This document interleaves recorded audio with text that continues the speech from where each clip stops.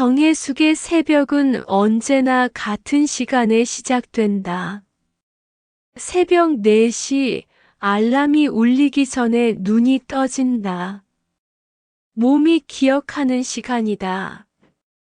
30년 넘게 반복된 리듬. 그녀는 조용히 이불을 걷고 일어난다. 옆방에서 자는 며느리와 아들을 깨우지 않으려 발소리를 죽인다. 세면대 앞에 서면 거울 속 얼굴이 낯설다. 주름은 깊어졌고 눈가는 처졌지만 손은 여전히 단단하다. 분식집까지는 걸어서 10분. 골목을 지나 가게 문을 열면 익숙한 기름 냄새가 코끝을 스친다. 누군가에겐 불쾌할 수도 있지만 해숙에겐 생애 증거다. 이 냄새가 아들의 학비가 되었고 손녀의 학원비가 되었다. 냄비를 올리고 기름을 두른다. 지글거리는 소리가 작은 가게를 채운다. 떡볶이 국물이 끓어오르면 하루가 시작된다. 오전 10시쯤 집으로 돌아간다. 현관문을 열자마자 며느리가 인상을 쓴다. 어머님, 또 그 냄새. 말끝이 차갑다. 해숙은 미안하다는 말 대신 고개를 숙인다. 며느리는 곧장 창문을 열어젖힌다.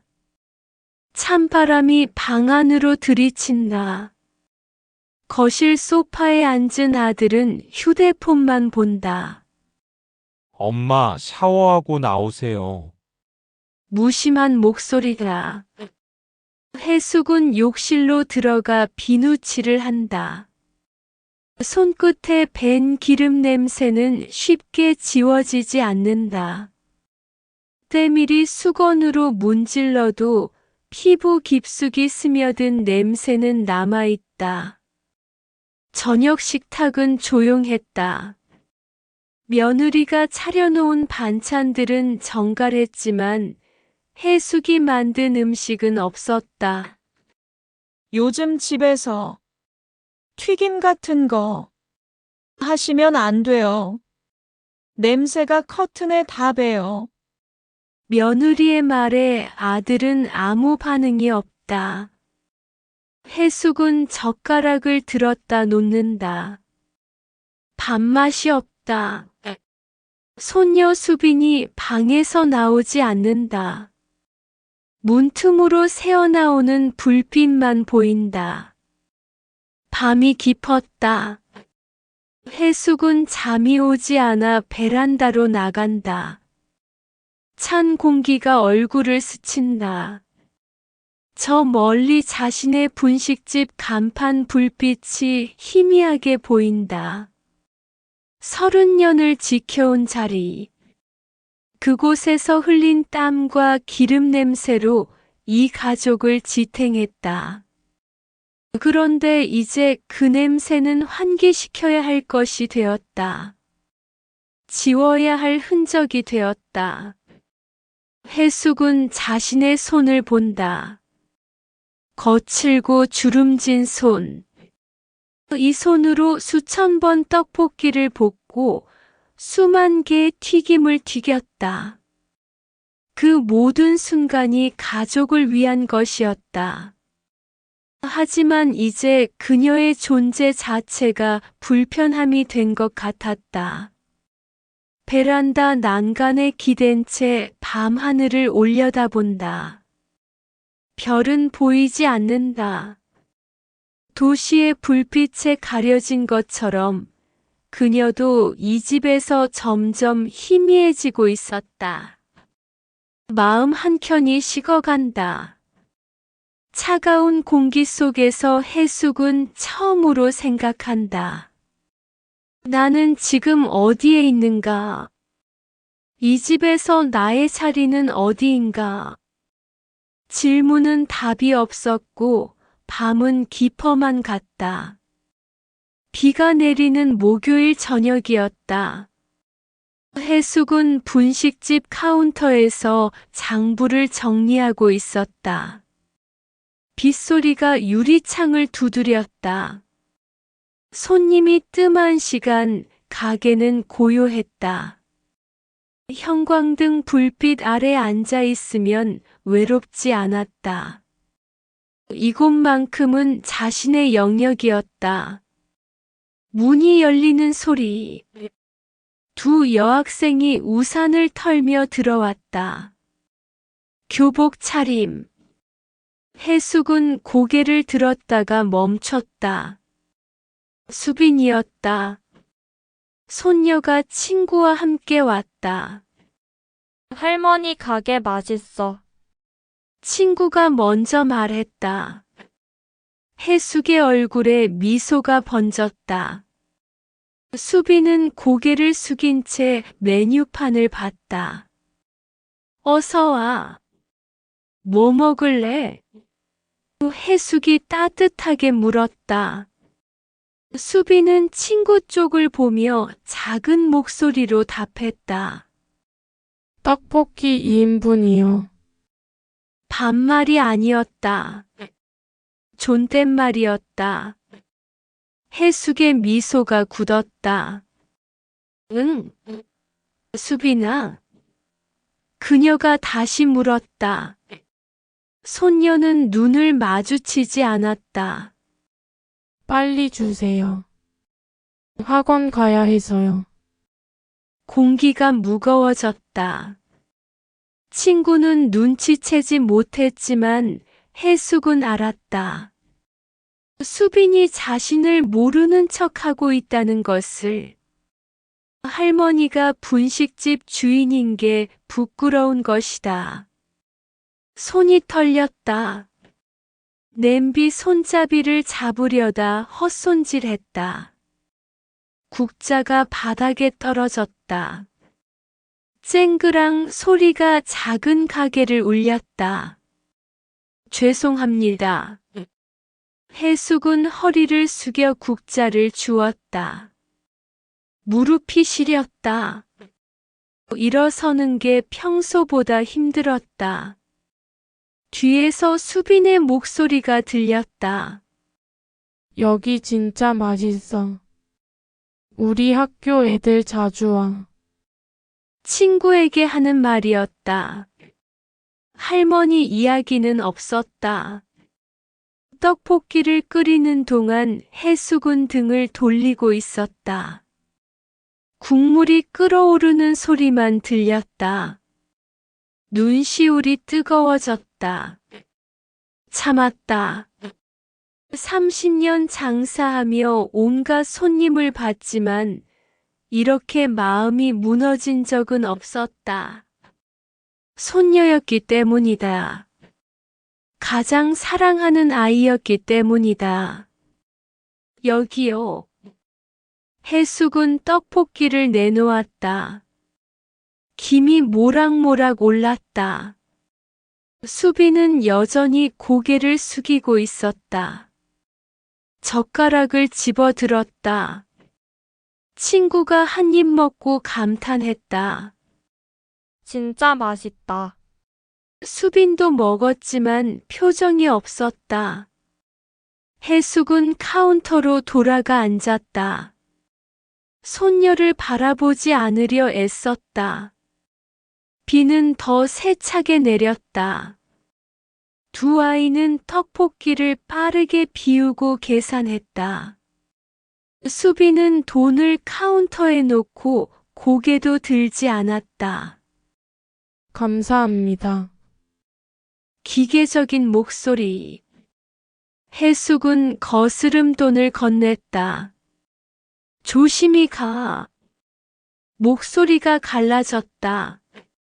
수빈은 우산을 펴고 재빨리 나갔다. 문이 닫혔다. 혼자 남은 가게. 빗소리만 가득했다. 해숙은 손녀가 앉았던 자리를 봤다. 젓가락이 하나 바닥에 떨어져 있었다. 그녀는 그것을 주우며 주저앉고 싶었다. 평생 이 아이를 위해 일했다. 새벽부터 밤까지 쉬지 않고 떡볶이를 볶았다. 그 모든 사랑이 한순간에 부정당한 것 같았다. 그날 밤 해숙은 일찍 가게 문을 닫았다. 집으로 돌아가는 길 우산도 쓰지 않았다. 비를 맞으며 걸었다. 얼굴에 떨어지는 것이 빗물인지 눈물인지 구분되지 않았다. 집에 도착해서도 수빈의 방문을 두드리지 않았다. 그 이후로 해숙은 손녀를 피했다. 가게의 불빛도 예전처럼 밝지 않았다. 며느리가 거실을 오가며 분주했다. 꽃병을 옮기고 쿠션을 정돈하고 테이블을 닦았다. 오늘 제 생일 겸 친구들 초대했어요. 며느리가 말했다. 해숙은 고개를 끄덕였다. 그래, 많이 준비해야겠네. 그녀는 부엌으로 가려 했다. 도와주고 싶었다. 어머님, 며느리가 불렀다. 목소리가 조심스러웠다. 손님들 오시기 전에 방에 좀 계세요. 해숙의 발걸음이 멈췄다. 왜? 그 며느리는 잠시 망설이더니 말했다. 냄새요. 어머님 몸에서 기름 냄새가 손님들한테 실례가 될까 봐요. 공기가 얼어붙었다. 해숙은 며느리를 봤다. 며느리는 눈을 피했다. 미안해요. 그냥 오늘만요. 친구들이 예민해서. 변명이 이어졌다. 하지만 해숙은 더 이상 듣지 않았다. 귀가 멍했다. 냄새. 또 냄새였다. 자신의 존재가 치워야 할 무언가가 된 것이다. 알았어. 해숙은 짧게 답했다. 목소리는 떨리지 않았다. 방으로 향했다. 복도가 길게 느껴졌다. 문을 열고 들어가 조용히 닫았다. 딸깍 잠금 장치를 걸었다. 방 안은 고요했다. 창밖으로 오후 햇살이 들어왔지만 따뜻하지 않았다. 침대에 앉았다. 손을 내려다봤다. 기름에 절은 손, 뜨거운 냄비를 잡느라 굳은 살 벤 손. 이 손으로 30년을 일했다. 아들을 대학 보냈고 손녀에게 용돈을 쥐어줬다. 이 집 전세금도 보탰다. 그런데 이제 그 흔적이 감춰야 할 수치가 되었다. 밖에서 초인종 소리가 들렸다. 손님들이 도착한 모양이다. 안녕하세요. 밝은 목소리들. 웃음소리가 터졌다. 며느리의 환영 인사. 거실이 활기로 가득 찼다. 해숙은 문틈으로 귀를 기울였다. 자신의 집인데 숨어 있어야 했다. 와, 집 진짜 예쁘다. 향초 향 좋은데? 여자들의 수다가 이어졌다. 향초. 며느리가 자신의 냄새를 지우려 피운 것이다. 달콤한 바닐라 향이 문틈으로 스며들었다. 그 향기가 오히려 역겨웠다. 자신을 덮으려는 냄새였으니까. 시간이 흘렀다. 해숙은 침대에 누워 천장을 봤다. 웃음소리는 계속됐다. 와인잔 부딪히는 소리, 포크로 케이크 자르는 소리, 생일 축하 노래까지 들렸다. 자신은 이 집에 있지만 없는 사람이었다. 투명인간처럼 지워진 존재. 배가 고팠다. 점심을 거른 채 가게에서 돌아왔었다. 하지만 부엌에 나갈 수 없었다. 손님들이 있으니까 냄새가 날까봐. 해숙은 핸드백에서 사탕 하나를 꺼내 입에 넣었다.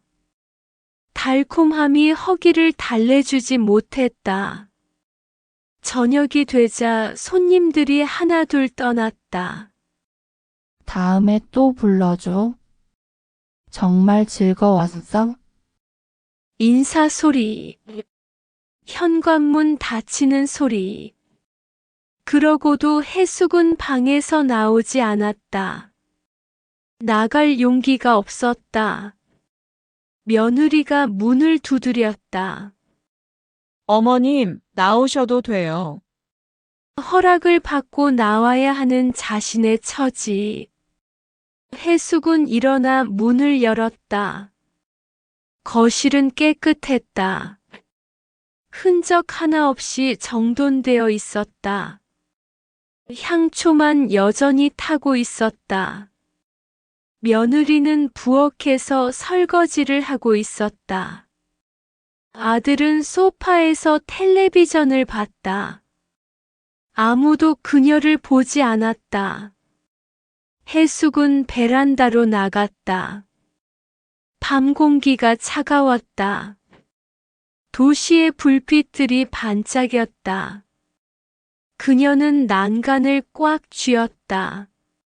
마음속에서 무언가가 부서지는 소리가 들렸다. 오랜 시간 쌓아온 참을성, 인내, 헌신. 그 모든 것이 무너졌다. 이 집에서 나는 누구인가? 들어가 있어야 하는 사람. 냄새 때문에 숨겨야 하는 존재.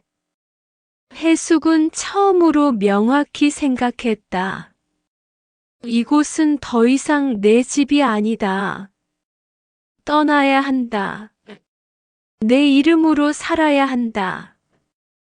휴대폰이 울렸다. 낯익은 번호. 통영에 사는 친구 영자였다. 해수가 잘 지내? 오랜만에 듣는 따뜻한 목소리. 해숙은 받침대에 기대 앉았다. 응, 그럭저럭.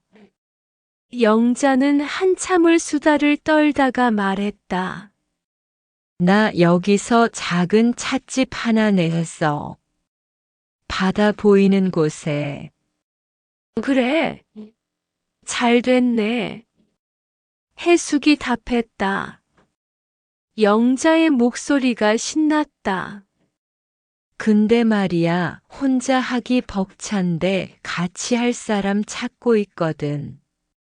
너 어때? 서울 생활 힘들면 이리 와. 농담처럼 던진 말이었다. 하지만 해숙의 가슴이 뛰었다. 진담이야? 그 영자는 웃었다. 당연하지. 언제든 와. 전화를 끊고 해숙은 한동안 멍하니 앉아 있었다. 통영, 바다, 찻집.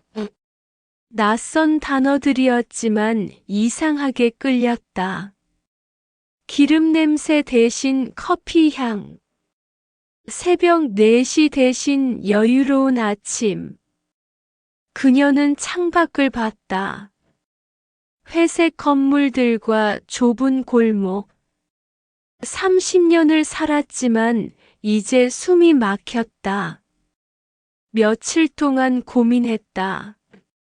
밤마다 영자의 말이 떠올랐다. 떠날 수 있을까? 이른을 앞둔 나이에 새로운 시작이 가능할까? 두려웠다. 하지만 이대로 사는 것이 더 두려웠다. 냄새 때문에 숨어 살고 손녀에게 외면당하고 방에 갇혀 지내는 살.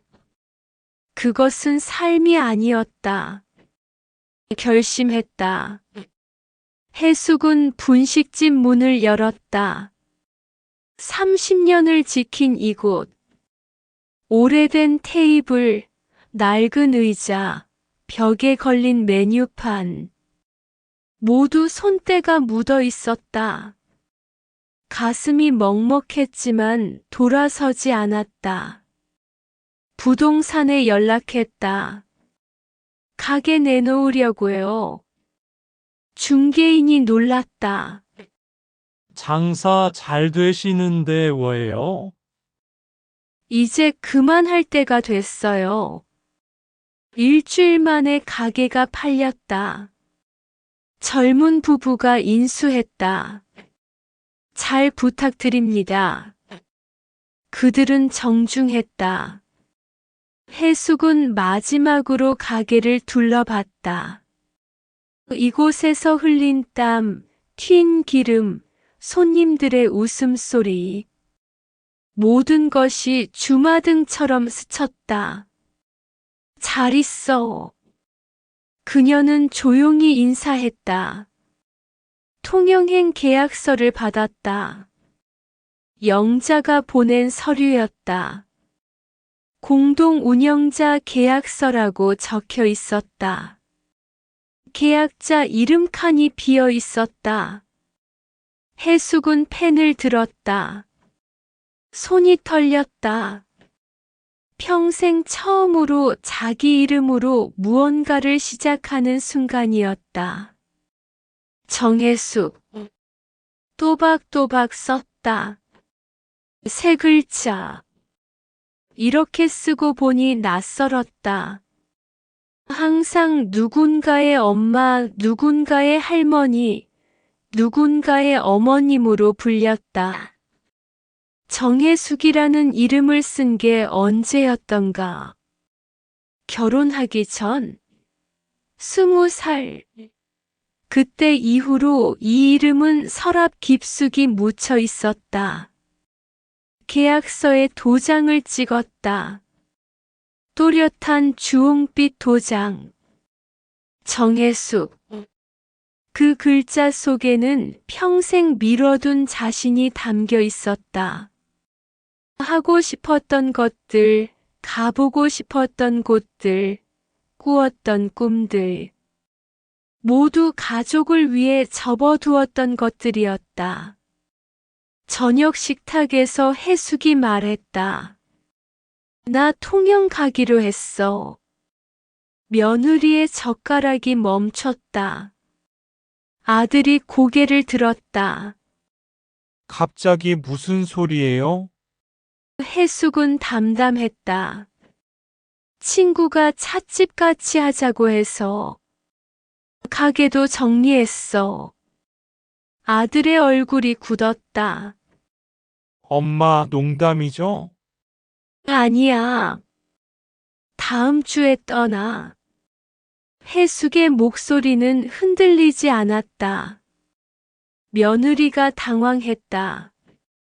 어머님, 갑자기 왜 그러세요? 수빈이 방에서 나왔다. 할머니가 어디가? 해숙은 손녀를 봤다. 할머니가 새로 시작하는 거야. 잘 지내렴. 그날 밤 집안은 소란스러웠다. 아들은 만류했고 며느리는 어리둥절했다. 하지만 해숙은 흔들리지 않았다. 이미 마음을 정했다. 정혜숙이라는 이름으로 자신의 삶을 선택했다. 가족의 허락이 아니라 자신의 의지로. 70평생 처음으로 스스로 결정한 일이었다. 통영행 버스가 출발했다. 창밖으로 서울이 멀어졌다. 고층 건물들, 좁은 골목, 30년을 살았던 도시. 해숙은 뒤돌아보지 않았다. 손에 든 가방 하나. 그게 전부였다. 가볍게 떠났다. 무거운 것들은 모두 두고 왔다. 4시간을 달려 통영에 도착했다. 바다 냄새가 코끝을 스쳤다. 영자가 손을 흔들며 기다리고 있었다. 왔구나. 두 사람은 껴안았다. 고생했어. 영자의 목소리가 따뜻했다. 해숙은 처음으로 눈시울이 뜨거워졌다. 위로받은 기분이었다. 찻집은 언덕 위에 있었다. 작은 2층 건물. 창문 너머로 바다가 펼쳐졌다. 푸른 물결이 햇빛에 반짝였다. 예쁘지? 영자가 물었다. 해숙은 고개를 끄덕였다. 말이 나오지 않았다. 가슴이 벅찼다. 이런 곳에서 일할 수 있다니. 첫날부터 바빴다. 커피 내리는 법을 배웠다. 원두를 갈고 물 온도를 맞추고 천천히 추출했다. 기름 냄새 대신 커피 향이 공간을 채웠다. 고소하고 부드러운 향. 해숙은 자신의 손을 봤다. 같은 손이지만 다른 일을 하고 있었다. 떡볶이 국자 대신 커피 드리퍼를 들었다. 손님들이 하나둘 찾아왔다. 커피 한 잔 주세요. 해숙은 정성껏 내렸다. 손님이 한 모금 마시고 미소 지었다. 맛있어요. 그 말 한마디가 기뻤다. 아무도 냄새 이야기를 하지 않았다. 누구도 그녀를 불편해하지 않았다. 해가 질 무렵 해숙은 2층 창가에 앉았다. 노을이 바다를 붉게 물들였다. 물결이 출렁이고 갈매기가 날았다. 평화로웠다. 이렇게 여유롭게 앉아본 게 언제였던가. 늘 서둘렀고 늘 바빴고 늘 누군가를 위해 움직였다. 이제는 천천히 숨 쉴 수 있었다. 한 달이 지났다. 어느 토요일 오후 찻집 문이 열렸다. 아들과 며느리 그리고 수빈이 들어왔다. 해숙은 놀랐다. 어떻게? 아들이 먼저 말했다. 엄마 보고 싶어서요. 목소리가 작았다. 며느리는 어색하게 웃었다. 어머님, 죄송해요. 수빈이 할머니에게 다가왔다. 할머니, 미안해. 눈시울이 붉었다. 해숙은 손녀의 머리를 쓰다듬었다. 괜찮아. 진심이었다. 이제 원망도 서운함도 없었다. 그저 담담했다. 각자의 자리에서 사는 것. 그게 가장 좋은 거리였다. 커피 마시렴. 해숙은 원두를 갈았다. 향이 퍼졌다. 가족들은 창가에 앉아 바다를 봤다. 해숙은 정성껏 커피를 내렸다. 4잔. 하나씩 내놓았다. 맛있다. 아들이 말했다. 엄마 여기 잘 어울려요. 며느리도 동의했다. 해가 지고 가족들이 떠날 시간이 되었다. 자주 올게요. 아들이 약속했다. 해숙은 웃었다. 천천히 와. 나는 여기 있을게. 그들을 배웅하고 다시 찻집으로 돌아왔다. 영자가 물었다. 괜찮아? 해숙은 고개를 끄덕였다. 응, 괜찮아. 밤이 되었다. 찻집 불을 끄고 2층 방으로 올라갔다. 작은 방이지만 온전히 자신의 공간이었다. 창문을 열자 바다 소리가 들렸다. 파도가 밀려왔다 밀려갔다. 규칙적인 리듬. 해숙은 거울 앞에 섰다. 같은 얼굴, 같은 주름. 하지만 눈빛이 달랐다. 생기가 돌았다. 손을 코에 가져가 봤다. 커피 향이 희미하게 났다. 기름 냄새는 없었다. 아니, 설령 남아있다 해도 상관없었다.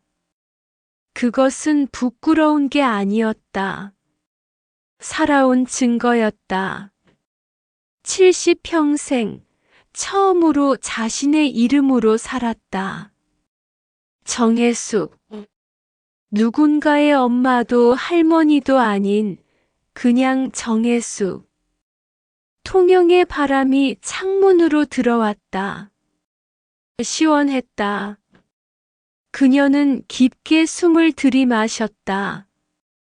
새로운 삶의 향기였다. 여러분도 혹시 가족 안에서 보이지 않는 존재처럼 느껴진 적 있으신가요?